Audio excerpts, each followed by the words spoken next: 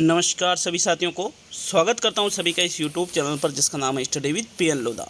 साथियों, रीट पात्रता परीक्षा जिसका पेपर है आपके जुलाई के महीने में, तो उसके लिए साथ ही उसके बाद में जो 3rd ग्रेड का पेपर होगा मुख्य परीक्षा, उसके लिए MP TET first grade 2nd grade सभी के लिए साथियों मनोविज्ञान का पेपर नंबर 20 लेकर आया हूँ, जिसमें आपको मनोविज्ञान के बेहद ही शानदार 30 प्रश्न देखने को मिलेंगे। तो चलिए वीडियो को शुरू करते हैं। एक एक प्रश्न को व्याख्यात्मक रूप से हल करने वाले हैं। तो आपके पहला प्रश्न देखेंगे। पहला प्रश्न है आपके, छात्र का स्वचित्रण किसे कहा जाता है? पोर्टफोलियो को कहा जाता है, उपव्याख्यान को कहा जाता है, मापन को कहा जाता है, या इनमें से सभी को कहा जाता है? तो बताओ प्रश्न नंबर 1 में कौन सा विकल्प आपका सही रहेगा? स्वचित्रण किसे कहेंगे साथियों? देखो, प्रश्न संख्या 1 का जो सही उत्तर है, छात्र का स्वचित्रण हम कहेंगे पोर्टफोलियो को, क्योंकि पोर्टफोलियो जो होता है वो एक फाइल होती है और वो फाइल जो है वो बालक की प्रगति जो है उसमें लेखा जोखा रखा जाता है। किसमें? पोर्टफोलियो में। तो पोर्टफोलियो को देख कर के हम ये पता लगा सकते हैं कि बालक ने कितना सीखा है, कितनी प्रगति की है। तो विकल्प 1 आपके प्रश्न 1 में इस प्रकार सही है। नेक्स्ट प्रश्न नंबर 2 पे आते हैं। साथियों, दूसरा प्रश्न है, निम्न में से कौन सा बुद्धि के बारे में सत्य नहीं है? पहला विकल्प है यह व्यक्ति की मानसिक क्षमता है, दूसरा विकल्प है यह सामंजस्य स्थापित करने में सहायक है, तीसरा है यह व्यवहार की गुणवत्ता से आंकी जाती है, और चौथा है यह एक अपरिवर्तनशील विशेषता है। तो देखो, बुद्धि के बारे में जो कथन सत्य नहीं है वो आपको देखना है साथियों। अगर हम पहले विकल्प की बात करें कि मानसिक क्षमता है, तो बिल्कुल मानसिक क्षमता क्या है? बुद्धि होती है, ये सही कथन है। सामंजस्य स्थापित करने में सहायक है, सामंजस्य मतलब समायोजन, तो ये भी सही है। व्यवहार की गुणवत्ता से आंकी जाती है कि किस प्रकार व्यक्ति व्यवहार करता है, उससे भी उसकी बुद्धि का पता चलता है, तो ये भी सही है। मतलब प्रश्न नंबर 2 में आपके जो चौथा विकल्प है ये बिल्कुल सही आंसर है, क्योंकि यह बुद्धि के बारे में सत्य नहीं है। ये कह रहा है कि अपरिवर्तनशील विशेषता है। साथियों, कुछ मात्रा में तो इसमें परिवर्तन कर सकते हैं हम, ठीक है। विकल्प नंबर आपका 4 प्रश्न संख्या 2 में सही है। नेक्स्ट प्रश्न नंबर 3 पे आते हैं। तो तीसरा प्रश्न देखना, निम्न में से कौन सा बुद्धि का सिद्धांत संज्ञानात्मक प्रक्रिया पर आधारित है? स्टर्नबर्ग का त्रितंत्रीय सिद्धांत, हार्वर्ड गार्डनर का बहुबुद्धि सिद्धांत, गिलफोर्ड का त्रिआयामी सिद्धांत, और स्पीयरमैन का द्विकारक सिद्धांत। तो देखो, संज्ञानात्मक प्रक्रिया पर आधारित सिद्धांत की जब बात की जाती है तो स्टर्नबर्ग का त्रितंत्रीय सिद्धांत यहाँ पर सही होता है साथियों। जब भी संज्ञानात्मक प्रक्रिया की बात करें बुद्धि के संबंध में, तो फिर स्टर्नबर्ग का ही आपका सही विकल्प होगा। स्टर्नबर्ग का त्रितंत्रीय जो सिद्धांत इन्होंने दिया था। विकल्प 1 आपके सही है प्रश्न नंबर 3 में। नेक्स्ट प्रश्न नंबर 4 पे आते हैं। तो चौथा प्रश्न है, एक पत्नी का अपने पति से प्रथम बार झड़प होने पर अपनी मां के घर लौट आना एक उदाहरण बनता है। किसका उदाहरण है साथियों? ये युक्तिकरण का उदाहरण है, प्रतिक्रिया निर्माण का उदाहरण है, प्रतिगमन का उदाहरण है, और विपरीत रचना का उदाहरण है। तो देखो, यहाँ पर पति से झड़प होने पर पत्नी कहाँ जा रही है? अपने घर, वापस अपने माँ के घर जा रही है वो। तो इसको विपरीत रचना या युक्तिकरण नहीं कहेंगे, ना ही प्रतिक्रिया निर्माण कहेंगे साथियों, बल्कि इसको प्रतिगमन के नाम से हम जानेंगे। प्रतिगमन का मतलब क्या होता है कि पहले की अवस्था में या फिर वहाँ से अलग हो जाने की स्थिति जो है वही प्रतिगमन कहलाती है। विकल्प 3 सही है आपके प्रश्न नंबर 4 में। नेक्स्ट प्रश्न नंबर 5 की ओर बढ़ते हैं। तो आपके 5वां प्रश्न है, निम्न में से कौन सा कथन सही नहीं है? सृजनशीलता किसी भी कला में मौलिकता होती है, सृजनशीलता के लिए चिंतन आवश्यक नहीं है, सृजनशीलता किसी किए गए काम का एक नया परिणाम होता है, और सृजनशीलता में समाज या किसी समूह के लिए उपयोगिता होनी चाहिए। तो मतलब यहाँ चारों ही कथन आपसे सृजनशीलता के बारे में पूछे जा रहे हैं। अब आपको देखना है कि जो कथन सही नहीं है वो आपका आंसर होगा। देखो, अगर हम बात करें तो किसी कला में मौलिकता मतलब होता है नवीनता, ये बिल्कुल सही है। लेकिन दूसरा विकल्प कह रहा है सृजनशीलता के लिए चिंतन आवश्यक नहीं है। साथियों, सृजनशीलता के लिए भी चिंतन आवश्यक माना जाता है। तो अतः प्रश्न नंबर 5 में दूसरा विकल्प आपका सही रहेगा। बाकी तीसरा विकल्प कह रहा है कि किए गए काम का नया परिणाम, नया परिणाम मतलब कुछ नई चीज़ें यहाँ पर बनती है, और वो किसी समूह के लिए उपयोगी भी होनी चाहिए। तो तीसरा और चौथा विकल्प भी सत्य है। ओनली दूसरा जो विकल्प है यही आपके असत्य कथन है। तो यही आपका आंसर होगा प्रश्न नंबर 5 में। नेक्स्ट आगे बढ़ेंगे साथियों प्रश्न नंबर 6 की ओर। तो आपके छठा प्रश्न आपको बता दूं कि हिंदी की टेस्ट सीरीज आपके रेगुलर आ रही है, शिक्षण विधियों की टेस्ट सीरीज रेगुलर आ रही है, साइकोलॉजी की टेस्ट सीरीज रेगुलर आ रही है, गणित की क्लासें चला रखी है और राजस्थान जीके भी आपको रेगुलर मिल रही है साथियों। राजस्थान जीके हम एनसीईआरटी और आरबीएससी की कक्षा 6 से 10 तक की किताबों में से राजस्थान जीके पढ़ रहे हैं। तो 1-2 दिन से वो राजस्थान जीके का पार्ट आया नहीं था, लेकिन आपको आज वो पार्ट मिल जाएगा, ठीक है। तो चलिए प्रश्न नंबर 6 देख लेते हैं। रुचि के संप्रत्यय के 3 मुख्य पक्ष निम्न में से किस विकल्प में दिए हुए हैं? वंशानुक्रम, मूल प्रत्यय और विचार, जानना, अनुभव करना और मूल अभिवृत्तियाँ, ज्ञानात्मक, भावात्मक और क्रियात्मक, और वंशानुक्रम, क्रियात्मक और अनुभव करना। तो देखो प्रश्न संख्या 6 में रुचि के संप्रत्यय के जो 3 मुख्य पक्ष होते हैं, वो 3 मुख्य पक्ष कौन कौन से होते हैं साथियों? एक तो ज्ञानात्मक पक्ष होता है व्यक्ति का भावात्मक पक्ष होता है और व्यक्ति का क्रियात्मक पक्ष होता है। विकल्प नंबर आपका 3 सही है प्रश्न नंबर 6 में। नेक्स्ट प्रश्न नंबर 7 पे आते हैं। तो आपके 7वां प्रश्न देखेंगे। स्मिथ ने शिक्षण की त्रिध्रुवीय प्रक्रिया में कार्यवाहक किसे माना है? अभिभावक को माना है, शिक्षक को माना है, शिक्षार्थी को माना है या पाठ्यक्रम को माना है? तो देखो स्मिथ के द्वारा जो शिक्षण की त्रिध्रुवीय प्रक्रिया है साथियों, उसमें कार्यवाहक पक्ष माना गया है शिक्षक को। कार्यवाहक मतलब पढ़ाने वाला से लिया जाता है यहाँ पर। तो दूसरा विकल्प आपके प्रश्न नंबर 7 में सही है, शिक्षक को यहाँ पर कार्यवाहक पक्ष माना गया है। चलिए नेक्स्ट प्रश्न नंबर 8 पे आते हैं। आपके 8वां प्रश्न, कार्यसूचक क्रिया परिभाषित करना किस उद्देश्य से संबंधित है? ज्ञान से संबंधित है, बोध से संबंधित है, प्रयोग से संबंधित है और विश्लेषण से संबंधित है। तो साथियों परिभाषित करना, परिभाषा को पहचानना, यहाँ पर स्मरण करना इत्यादि जो चीज़ें होती है, ये हमारे ज्ञानात्मक उद्देश्य से संबंधित होती है। विकल्प नंबर आपका 1 सही है साथियों प्रश्न नंबर 8 में। नेक्स्ट देख लेते हैं अब हम प्रश्न नंबर 9 को। तो 9वां प्रश्न क्या है, आपसे पूछ रहा है शिक्षा नवोन्मेष का अर्थ क्या होता है? कक्षा में पढ़ाने की नवीन विधियों को शिक्षा नवोन्मेष कहते हैं। अनुदेशन के विशेष यंत्रों का प्रयोग करना शिक्षा नवोन्मेष कहलाता है। शिक्षण के विभिन्न अभ्यास कराना शिक्षा नवोन्मेष कहलाता है। या फिर शिक्षण तकनीक के नवीन साधनों की खोज करना शिक्षा नवोन्मेष कहलाता है। तो बताओ प्रश्न नंबर 9 में आपका कौन सा विकल्प सही है? देखो प्रश्न संख्या 9 शिक्षा नवोन्मेष का अर्थ आपसे पूछा जा रहा है साथियों, और इसका जो सही अर्थ होता है वो होता है शिक्षण तकनीक के नवीन साधनों की खोज करना ही शिक्षा नवोन्मेष कहलाता है। चौथा विकल्प आपके 9वें प्रश्न में सही है। लास्ट में कमेंट करके जाना 30 में से आपके कितने प्रश्न सही हुए हैं, ठीक है। और किसी प्रश्न में कोई त्रुटि हो तो हमें ज़रूर बता करके जाइए साथियों। प्रश्न संख्या 10 को देखेंगे। तो आपके 10वां प्रश्न, क्रियात्मक अनुसंधान सीमित होता है, मोहल्ले तक सीमित होता है, विद्यालय तक सीमित होता है, गांव तक सीमित होता है या कक्षा तक सीमित होता है? तो देखो क्रियात्मक अनुसंधान के जनक है स्टीफेन एम कोरे। कौन है? स्टीफेन एम कोरे क्रियात्मक अनुसंधान के जनक है। और साथियों क्रियात्मक अनुसंधान जो है ये विद्यालय तक सीमित होता है।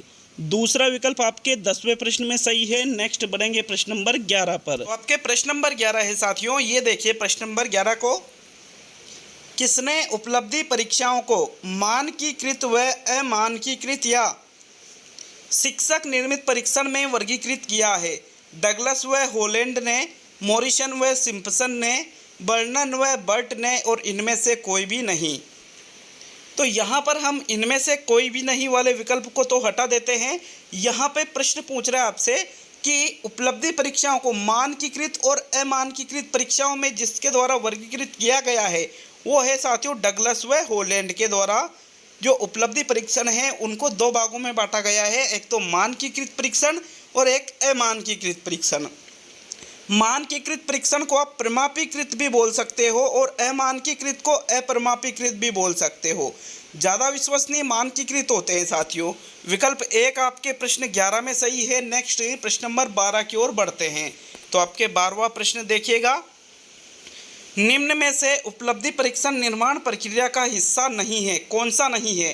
पद विश्लेषण करना, इकाई योजना बनाना, ब्लूप्रिंट का निर्माण करना और उत्तर कुंजी बनाना। तो साथियों उपलब्धि परीक्षण जब हम बनाते हैं तो उसमें ब्लूप्रिंट भी बनाया जाता है कि किस प्रकार से उपलब्धि परीक्षण हम बनाएंगे।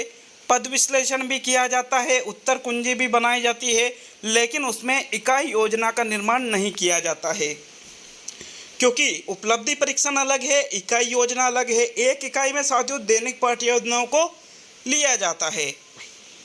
तो यहाँ पर आपके 12वें प्रश्न में दूसरा विकल्प सही रहेगा। इकाई योजना उपलब्धि परीक्षण निर्माण प्रक्रिया का हिस्सा नहीं होता है। नेक्स्ट प्रश्न नंबर 13 पे आते हैं। तो आपके 13वां प्रश्न, निम्न में से कौन सा मूल्य बुनियादी शिक्षा द्वारा विकसित किया जाता है? प्रतिस्पर्धा, संपन्नता, श्रम के प्रति सम्मान और राष्ट्रवाद। तो बताओ प्रश्न नंबर 13 में आपका कौन सा विकल्प सही है?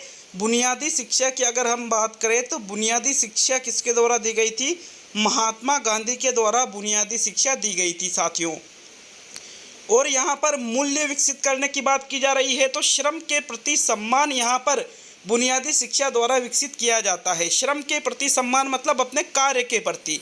तीसरा विकल्प आपका सही है प्रश्न नंबर 13 में। नेक्स्ट प्रश्न नंबर 14 को देखेंगे। तो 14वां प्रश्न है, मानव विकास को निम्न क्षेत्रों में विभाजित किया जाता है।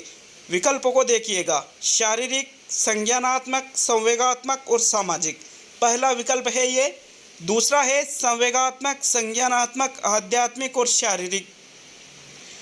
तीसरा विकल्प है मनोवैज्ञानिक, संज्ञानात्मक, संवेगात्मक और शारीरिक। और चौथा विकल्प है शारीरिक, आध्यात्मिक, संज्ञानात्मक और सामाजिक। तो बताओ आपको यहाँ पर कौन सा विकल्प सबसे बेस्ट लग रहा है, जिसमें हम मानव विकास के अलग अलग क्षेत्रों के नाम देख रहे हैं? तो बताइए 14वें प्रश्न का सही उत्तर। देखो 14वें प्रश्न का जो सही उत्तर है, मानव विकास को आध्यात्मिक क्षेत्र में विभाजित नहीं किया गया है, ये गलत हो गया। दूसरे विकल्प में भी आध्यात्मिक दे रखा है, तो ये भी गलत हो गया। तीसरे विकल्प में मनोवैज्ञानिक दे रखा है, तो ये गलत हो गया। मनोवैज्ञानिक भी नहीं है साथियों, बल्कि शारीरिक पक्ष, संज्ञानात्मक पक्ष, संवेगात्मक पक्ष और सामाजिक पक्ष, इन भागों में मानव विकास को विभाजित किया जाता है। तो विकल्प 1 आपके प्रश्न नंबर 14 में सही है। नेक्स्ट बढ़ेंगे अब हम प्रश्न नंबर 15 की ओर। तो आपके प्रश्न नंबर 15 को देखेंगे। आपके 15वां प्रश्न है, ईमानदारी के मूल्यांकन के लिए एक अध्यापक कृत्रिम वातावरण सर्जित करता है जहां बालक पैसा चुरा सकता है। तो यह उदाहरण किसका है? प्रक्षेपण विधि का उदाहरण है ये, परिस्थिति परीक्षण का उदाहरण है ये, अवलोकन विधि का उदाहरण है ये, या खेल विधि का उदाहरण है? बताओ प्रश्न नंबर 15 में आपका कौन सा विकल्प सही है? पहला, दूसरा, तीसरा या चौथा विकल्प? देखिएगा, अध्यापक के द्वारा क्या किया जा रहा है कि ईमानदारी पक्ष का मूल्यांकन किया जाता है, और वहाँ पर जो वातावरण निर्मित कर रहे हैं वो भी एक कृत्रिम वातावरण है कि बालक पैसा चुराता है या नहीं चुराता है, उसके ऊपर डिपेंड करेगा। तो जहाँ पर ईमानदारी और बेईमानी के पक्षों का मूल्यांकन अध्यापक के द्वारा कृत्रिम परिस्थितियों में किया जाता है साथियों, उसको परिस्थिति परीक्षण कहते हैं। दूसरा विकल्प आपका प्रश्न नंबर 15 में सही है। नेक्स्ट बढ़ेंगे अब हम प्रश्न नंबर 16 की ओर। तो 16वां प्रश्न देखेंगे, किशोर प्रौढ़ों को मार्ग में बाधा समझते हैं जो उसे अपनी स्वतंत्रता का लक्ष्य प्राप्त करने से रोकते हैं। यह कथन किसका है? रोस का है, कोलसेनिक का है, वैलेंटाइन का है और बिग वे हंट का है? तो बताइए प्रश्न नंबर 16 में उपरोक्त कथन कहा गया है जो किशोरों के संबंध में, तो ये कथन किसके द्वारा कहा गया है कि किशोर क्या कर रहे हैं? जो प्रौढ़ व्यक्ति है मतलब बड़े व्यक्ति है, उनको अपने मार्ग की बाधा समझते हैं, क्योंकि प्रौढ़ व्यक्ति कोई कार्य किशोर करता है तो उसको टोक भी सकता है, उसको सलाह के ऐसा मत कर वैसा कर। तो इस प्रकार साथियों ये जो कथन कहा गया है ये कोलसेनिक के द्वारा कहा गया है। किसके द्वारा कहा गया है? कोलसेनिक के द्वारा। दूसरा विकल्प आपके 16वें प्रश्न में सही है। नेक्स्ट बढ़ेंगे प्रश्न नंबर 17 की ओर। तो आपके 17वां प्रश्न, निम्न में से कौन सा कथन सही नहीं है? विकास लंबवत सीधा न होकर वर्तुलाकार होता है, विकास की गति की दर एक सी रहती है, विकास मस्तिष्का दो मुखी क्रम में होता है और विकास केंद्र से बाहर की ओर होता है। देखो विकास केंद्र से बाहर की भी ओर होता है और मस्तिष्का दो मुखी क्रम में भी होता है, दोनों ही विचारधाराएं मान्य हैं। लेकिन यहाँ ये जो दूसरा कथन कह रहा है कि विकास की गति की दर एक सी रहती है, एक सी मतलब बदलाव नहीं आती है, तो ऐसा नहीं है साथियों। विकास की गति की दर अलग अलग अवस्थाओं में अलग अलग होती है। जैसे अभी हम देखें तो बालक जब शैशवावस्था में होता है तो शारीरिक मानसिक विकास की गति उसकी कैसी होती है? तीव्र होती है। जब बालक बाल्यावस्था में रहता है तो उसके यहाँ पर सामाजिक विकास की गति तो तीव्र है, लेकिन शारीरिक विकास की गति कैसी हो जाती है, मंद हो जाती है। फिर किशोरावस्था में तीव्र हो जाती है। तो इस प्रकार ये चीज़ें होती है, अतः विकास की गति की दर एक सी नहीं रहती है। तो दूसरा विकल्प आपके प्रश्न नंबर 17 में सही है। नेक्स्ट बढ़ेंगे प्रश्न संख्या 18 की तरफ। तो आपके 18वां प्रश्न देख लेते हैं। किशोरों में संवेग नियंत्रण का सबसे अच्छा उपाय कौन सा है? युक्तिकरण है, प्रक्षेपण है, शोधन है या दमन है? साथियों, संवेगों पर नियंत्रण पाने का सबसे अच्छा उपाय पूछा जा रहा है किशोरों में। तो देखो, दमन में क्या किया जाता है कि इच्छाओं को दबा दिया जाता है। अब इच्छाओं को यदि आप दबा दोगे तो वो इच्छाएं कभी भी बाहर आ सकती है परिस्थिति के अनुसार, तो फिर ये सबसे अच्छा उपाय नहीं होता है। शोधन, प्रक्षेपण और युक्तिकरण, इन तीनों में से जो सही है साथियों वो है शोधन, जिसको हम मार्गांतीकरण के नाम से भी जानते हैं। किस नाम से? मार्गांतीकरण के नाम से भी जानते हैं। ये संवेग नियंत्रण का सबसे अच्छा उपाय है किशोरों में। अतः आपके तीसरा विकल्प सही है प्रश्न नंबर 18 में। नेक्स्ट बढ़ते हैं प्रश्न संख्या 19 की ओर। तो आपके 19वां प्रश्न देखेंगे। प्रत्यागमन के सिद्धांत के अनुसार प्रतिभाशाली माता पिता की संतान प्रतिभाशाली होती है, प्रतिभाशाली माता पिता की संतान अंतर्मुखी होती है, प्रतिभाशाली माता पिता की संतान बहिर्मुखी होती है और प्रतिभाशाली माता पिता की संतान मंदबुद्धि होती है। तो देखो, यहाँ पर मान लीजिए कि भाई माता पिता तो प्रतिभाशाली है, लेकिन प्रत्यागमन का जो सिद्धांत या प्रत्यागमन का जो नियम है ये कहता है कि विपरीत गुणों का बालक में उत्पन्न होना, यह होता है प्रत्यागमन। तो माता पिता यदि प्रतिभाशाली है तो संतान कैसी रहेगी? मंदबुद्धि। विकल्प 4 आपके प्रश्न नंबर 19 में सही है साथियों। नेक्स्ट बढ़ेंगे प्रश्न संख्या 20 की ओर। तो आपके 20वां प्रश्न है। निम्न में से कौन सा कथन सीखने के लक्षण के रूप में नहीं मापा जा सकता है?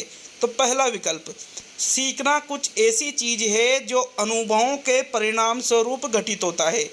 दूसरा है व्यवहार का अध्ययन सीखना है। तीसरा है अनधिगम्भी सीखने का हिस्सा है। और चौथा है सीखना एक प्रक्रिया है जो व्यवहार में मध्यस्थता करती है। तो बताओ भाई 20वें प्रश्न में आपके कौन सा विकल्प सही है? यहाँ पे देखिएगा, प्रश्न पूछ रहा है, प्रश्न को समझ लीजिएगा। सीखने के लक्षण के रूप में नहीं माप सकते हो, तो देखो सीखना क्या नहीं है ऐसा आपसे पूछ रहा है ये। तो विकल्प जो एक कह रहा है कि सीखना कुछ ऐसी चीज है जो अनुभवों के परिणाम स्वरूप घटित होती है। अनुभव, प्रशिक्षण, अभ्यास से सीखना होता है साथियों, ये तो बिल्कुल सही कथन है। तीसरा कथन जो है अनधिगम्भी सीखने का हिस्सा माना जाता है। चौथा कथन जो है सीखना एक प्रक्रिया जो व्यवहार में मध्यस्थता करती है। लिए सभी कथन सही है सिवाय दूसरे विकल्प के। क्यों? क्योंकि दूसरा विकल्प कह रहा है व्यवहार का अध्ययन सीखना है। जी नहीं, व्यवहार का अध्ययन नहीं, व्यवहार में परिवर्तन सीखना होता है, और परिवर्तन भी कैसा होता है? स्थायी होता है। अतः यहाँ पर विकल्प नंबर 2 ही प्रश्न संख्या 20 में सही रहेगा साथियों। चलिए आगे बढ़ेंगे प्रश्न संख्या 21 की ओर। तो देखो 21वां प्रश्न आपसे पूछ रहा है, प्रेरणा प्रबलन ह्रास का सिद्धांत कहलाता है, या सॉरी प्रश्न ऐसा था, प्रेरणा प्रबलन का ह्रास का सिद्धांत किसके द्वारा दिया गया? C.L. हल के द्वारा, सिगमंड फ्रायड के द्वारा, B.F. स्किनर के द्वारा और अब्राहम मेस्लो के द्वारा। तो बताइए प्रश्न संख्या 21 में प्रेरणा प्रबलन ह्रास का सिद्धांत इनमें से किसने दिया? साथियों, सिगमंड फ्रायड ने तो मनोविश्लेषणवाद का या मनोलैंगिक विकास का, ये 2 सिद्धांत सिगमंड फ्रायड के द्वारा दिए गए हैं। यह आपका उत्तर नहीं है। मेस्लो का भी ये सिद्धांत नहीं है। स्किनर ने क्रिया प्रसूत अनुबंधन दिया है। अतः यहाँ पर जो विकल्प नंबर 1 दे रखा है प्रेरणा प्रबलन ह्रास का सिद्धांत C.L. हल के द्वारा दिया गया है। किसके द्वारा? C.L. हल के द्वारा। तो विकल्प 1 आपके 21वें प्रश्न में सही है। नेक्स्ट बढ़ते हैं प्रश्न नंबर 22 पर। 22वां प्रश्न आप स्टार भी कर सकते हो। अधिगम में पठार के लिए निम्न में से कौन जिम्मेदार है? चुनौती, अभिप्रेरणा, थकान और पुनर्बलन का प्रभाव। तो देखो अधिगम में पठार कब आता है साथियों? जब हम सीखते रहते हैं, शुरुआत में तो खूब तीव्र गति से सीखते हैं, लेकिन जब लगातार उस चीज़ को करते रहेंगे तो एक ऐसा समय आएगा जब अधिगम में पठार उत्पन्न होगा। तो अधिगम में पठार के लिए जो जिम्मेदार कारक है, कहीं ना कहीं थकान भी जिम्मेदार कारक है, चुनौतियां भी जो नई बढ़ती जाती है वो भी है, अभिप्रेरणा भी है और पुनर्बलन का प्रभाव भी है। अगर ये प्रश्न एग्जाम में आता है तो आपको सबसे पहले जो चौथा विकल्प है पुनर्बलन का प्रभाव, इसको सही करना है साथियों। बाकी ये क्वेश्चन बोनस लायक है। आप अपने विचार हमें इस प्रश्न के लिए कमेंट में ज़रूर बताइएगा, ठीक है। हो सकता है बहुत से लोगों को अभिप्रेरणा वाला सही लग रहा हो, लेकिन अगर अभिप्रेरणा होने के बावजूद भी अधिगम में पठार आ सकता है तो चौथा विकल्प यहाँ पर सही रहेगा साथियों 22वें प्रश्न में। बाकी स्टार वाला प्रश्न है ये, ठीक है। नेक्स्ट बढ़ते हैं प्रश्न नंबर 23 की ओर। तो 23वां प्रश्न है, अवचेतन से प्रयुक्त व्यू रचनाएं जो अहम को दुश्चिंता से बचाती है उसे क्या कहेंगे? रक्षा युक्ति कहेंगे, स्व बचाव कहेंगे, स्व प्रत्यय कहेंगे या स्व बचाव व्यूह रचनाएं कहेंगे?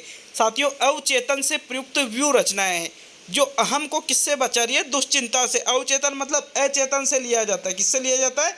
अचेतन। अचेतन मन जो कि 9/10 होता है हमारे संपूर्ण मस्तिष्क में। मन का भाग 90% अचेतन होता है। अब अचेतन से कई सारी व्यू रचनाएं जो अहम को, जो हमारा ईगो है साथियों, जो वास्तविकता के सिद्धांत पर कार्य करता है, इसको किससे बचा रही है? दुश्चिंता से बचा रही है। तो इसको रक्षात्मक युक्तियां हम कहते हैं। क्या कहते हैं? रक्षात्मक युक्तियां इनको कहा जाता है। जैसे दमन वगैरह है, शोधन है, मार्गांतरीकरण है, युक्तिकरण है, इस प्रकार विपरीत रचना है, ये सारी चीज़ें रक्षात्मक युक्तियों के अंतर्गत आ जाती है। तो विकल्प 1 आपके 23वें प्रश्न में सही हो जाएगा। नेक्स्ट बढ़ते हैं प्रश्न नंबर 24 पर। तो 24वां प्रश्न, कार्यात्मक प्रतिबद्धता सिद्धांत में प्रक्रिया में मुख्य कारक निम्न में से कौन सा है? आकृतिकरण, पुनर्बलन, बहिर्गमन और स्वतः आपूर्ति। देखो, आपको ये पता होना चाहिए कि कार्यात्मक प्रतिबद्धता का सिद्धांत किसके द्वारा दिया गया है या इस सिद्धांत का अन्य कौन कौन से नाम हैं। तो भाई इस सिद्धांत को दिया गया था B.F. स्किनर के द्वारा। जो आपके पुनर्बलन पर आधारित जो सिद्धांत है साथियों, कौन सा? क्रिया प्रसूत अनुबंधन का सिद्धांत। ये क्रिया प्रसूत अनुबंधन का सिद्धांत मुख्य रूप से पुनर्बलन पर आधारित सिद्धांत है। अतः दूसरा विकल्प सही है। जबकि पुनर्बलन का सिद्धांत पूछे तो आपको CL हल करना है। फिर वहाँ पर चालक न्यूनता का सिद्धांत भी उसको कहते हैं। तो यहाँ विकल्प नंबर आपका 2 सही है प्रश्न संख्या 24 में। नेक्स्ट बढ़ते हैं प्रश्न नंबर 25 की ओर। तो आपके 25वां प्रश्न देखेंगे साथियों, निम्न में से कौन सा पियाजे के अनुसार संज्ञानात्मक विकास का अनिवार्य कारक नहीं है? भौतिक पर्यावरण के अनुभव, संयोजन, जैविक परिपक्वता और सामाजिक पर्यावरण के अनुभव। तो देखो, यहाँ पर जीन पियाजे ने अपने सिद्धांत में संज्ञानात्मक विकास का सिद्धांत दिया था जीन पियाजे ने। तो इनके अनुसार संज्ञानात्मक विकास का जो अनिवार्य कारक नहीं है उसका चयन आपको करना है। साथियों, भौतिक पर्यावरण के अनुभव भी बालक लेता है जिससे संज्ञानात्मक विकास होता है। जैविक परिपक्वता भी संज्ञानात्मक विकास में सहायक है। सामाजिक पर्यावरण के अनुभव भी संज्ञानात्मक विकास में सहायक है। लेकिन संयोजन जैसा कोई तत्व इन्होंने नहीं बताया है। अतः यहाँ पर विकल्प नंबर आपका 2 सही है साथियों प्रश्न नंबर 25 में।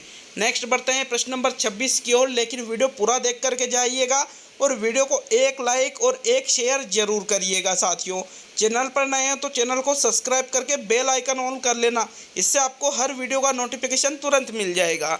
तो चलिए 26वां प्रश्न देख लेते हैं। आपके प्रश्न नंबर 26, फ्रायड के अनुसार व्यक्तित्व विकास की सबसे महत्वपूर्ण अवधि है जन्म से 5 या 6 साल, 5 या 6 साल से तरुणावस्था, किशोरावस्था और वयस्क अवस्था। अब यहाँ पर आपको अपने अनुसार नहीं बताना है आंसर। क्यों? क्योंकि आंसर किसके अनुसार पूछ रहा है ये? फ्रायड के अनुसार। तो फ्रायड का क्या मानना था? व्यक्तित्व विकास का सबसे महत्वपूर्ण काल कौन सा फ्रायड के द्वारा माना गया है साथियों? देखो, जन्म से 5 या 6 साल मतलब शैशवावस्था जो होती है साथियों, इसको ही यहाँ पर व्यक्तित्व विकास का सबसे महत्वपूर्ण काल या सबसे महत्वपूर्ण अवधि माना गया है। किसके द्वारा? सिगमंड फ्रायड के द्वारा। तो विकल्प नंबर आपका 1 सही है प्रश्न नंबर 26 26वें प्रश्न में। नेक्स्ट ये प्रश्न नंबर 27 पे आते हैं। तो आपके 27वां प्रश्न क्या पूछ रहा है देखते हैं। व्यक्तिगत विभिन्नताओं का ज्ञान अध्यापक को मदद करता है। क्या किस चीज़ में मदद करता है व्यक्तिगत विभिन्नताओं का ज्ञान अध्यापक को? पहला विकल्प, कक्षा में अनुशासन बनाए रखने में मदद करता है, छात्रों के गृह कार्य के मूल्यांकन में मदद करता है, शिक्षण अधिगम क्रियाओं की योजना बनाने में मदद करता है, और कक्षा में आवश्यक व्यवस्था बनाए रखने में मदद करता है। तो बताओ भाई 27वें प्रश्न में आपके कौन सा विकल्प सही रहेगा। देखो, व्यक्तिगत विभिन्नताओं का ज्ञान प्रत्येक अध्यापक को होना चाहिए, क्योंकि कक्षा में अलग अलग कैटेगरी के बालक होते हैं साथियों। जैसे बहुत ज़्यादा मात्रा में तो सामान्य बालक होते हैं, बहुत कम मात्रा में प्रतिभाशाली बालक होते हैं, फिर उसके बाद में पिछड़े बालक भी कक्षा में होते हैं, और हो सकता है कक्षा में मंदबुद्धि बालक भी हो। तो इन सभी चीज़ों का ज्ञान अगर अध्यापक को है कि भाई कौन सा बालक पिछड़ा है, कौन सा बालक कैसे सीखता है, कौन सा बालक ज़्यादा समय लेता है, कौन सा कम समय लेता है, तो इस प्रकार वो उनकी व्यक्तिगत विभिन्नताओं को ध्यान में रखते हुए जो शिक्षण अधिगम क्रियाओं की योजना है उसको आसानी से बना सकता है और व्यक्तिगत विभिन्नता के आधार पर शिक्षण करवा सकता है साथियों। विकल्प नंबर आपका 3 सही है प्रश्न नंबर 27 में। नेक्स्ट बढ़ते हैं प्रश्न नंबर 28 पर। तो आपके 28वां प्रश्न, निम्न में से कौन सा विकल्प उपलब्धि में व्यक्तिगत विभिन्नता का प्रतीक नहीं है। पूर्व अनुभवों में विभिन्नता, लिंग में विभिन्नता, रुचियों में विभिन्नता, पूर्व निर्देशन में विभिन्नता। तो देखो, उपलब्धि में व्यक्तिगत विभिन्नता का प्रतीक जो विकल्प आपको नहीं लग रहा है कि भाई यार ये कोई उपलब्धि नहीं है, तो उसका चयन आपको करना है। देखो, पूर्व निर्देशन में भी विभिन्नता हो सकती है, रुचियों में भी विभिन्नता हो सकती है, पूर्व अनुभवों में भी विभिन्नता हो सकती है, लेकिन लिंग में विभिन्नता ये कोई उपलब्धि थोड़ी है साथियों। जैसे कोई बालक है, कोई बालिका है, कोई स्त्रीलिंग पुल्लिंग में ये अलग अलग आते हैं, तो ये कोई उपलब्धि थोड़ी है कि हाँ भाई मैं तो बालक हूँ, ये कोई उपलब्धि नहीं है कि मैं बालिका हूँ, तो इसको हम उपलब्धि नहीं कह सकते हैं। अतः विकल्प नंबर आपका 2 प्रश्न नंबर 28 में बिल्कुल सही रहेगा। नेक्स्ट बढ़ेंगे प्रश्न नंबर 29 पर, जो कि आपका सेकंड लास्ट प्रश्न है। तो 29वां प्रश्न, समायोजन हेतु औचित्य स्थापन की सुरक्षा युक्ति अपनाने का अभिप्राय है। अपनी आवश्यकता की पूर्ति को उचित बताना, अपनी असफलता का कारण ढूंढ लेना, अपनी सफलता हेतु प्रयास को उचित बताना, और इनमें से सभी। तो यहाँ पर आपको समायोजन की एक युक्ति आती है साथियों, रक्षात्मक युक्ति। कौन सी? औचित्य स्थापन। औचित्य स्थापन में क्या किया जाता है, आपको 29वें प्रश्न में इसका जवाब देना है। तो क्या अपनी आवश्यकता की पूर्ति को उचित बताना औचित्य स्थापन कहलाता है? नहीं, बल्कि अपनी असफलता का कारण ढूंढ लेना कि यार मैं तो इसलिए असफल हुआ हूँ, मतलब कोई वाजिब कारण ढूंढ लेना। जैसे रीट में कई बच्चों का सिलेक्शन नहीं हो पाया है, तो अलग अलग कारण वो देते हैं कि मेरा सिलेक्शन इसकी वजह से नहीं हुआ, ये हुआ था, वो हुआ था, इस ये चीज़ वो चीज़। तो ये क्या कहलाएगा? औचित्य स्थापन कहलाएगा साथियों। मेरा मकसद किसी की भावनाओं को ठेस पहुंचाना नहीं है, मैं चीज़ों को आपसे जुड़ करके समझा रहा हूँ। अतः कोई भी इस चीज़ को नेगेटिव नहीं ले, ठीक है। तो यहाँ पर आपके सेकंड विकल्प 29वें प्रश्न में सही है। अब आज का अंतिम और 30वां प्रश्न देख लेते हैं साथियों। तो चलिए देख लेते हैं 30वां और अंतिम प्रश्न। तो क्या पूछ रहा है आपसे 30वां प्रश्न, निम्न में से कौन सा सिद्धांत अधिगम के व्यवहारवादी सिद्धांतों में सम्मिलित नहीं है। शास्त्रीय अनुबंधन का सिद्धांत, क्षेत्रवाद का सिद्धांत, क्रियाप्रसूत सिद्धांत, त्रुटि और प्रयास का सिद्धांत। देखो, शास्त्रीय अनुबंधन का सिद्धांत पावलोव के द्वारा दिया गया था, जो कि व्यवहारवादी सिद्धांत है। त्रुटि और प्रयास का सिद्धांत थॉर्नडाइक के द्वारा दिया गया था, ये भी व्यवहारवादी सिद्धांत है। क्रियाप्रसूत अनुबंधन का सिद्धांत स्किनर के द्वारा दिया गया था, ये भी व्यवहारवादी सिद्धांत है। लेकिन साथियों, जो क्षेत्र सिद्धांत है ये दिया गया था कर्ट लेविन के द्वारा। किसने दिया था ये सिद्धांत? कर्ट लेविन ने दिया था। और ये सिद्धांत व्यवहारवाद में नहीं आता है, बल्कि क्षेत्रवाद में आता है। किस में आता है? ये क्षेत्रवाद में आता है। तो विकल्प नंबर आपका 2 सही है प्रश्न नंबर 30 में। ये आज का साइकोलॉजी का 20वां टेस्ट पूरा हुआ। अभी आपके 80 टेस्ट और होने वाले हैं साथियों। टोटल 100 टेस्ट हम सभी विषयों के करेंगे, चाहे वो हिंदी हो, साइकोलॉजी हो, शिक्षण विद्या हो, जीके हो, या कोई सा भी अन्य सब्जेक्ट हो। तो मिलते हैं अब अगले वीडियो में। बहुत बहुत धन्यवाद सभी का।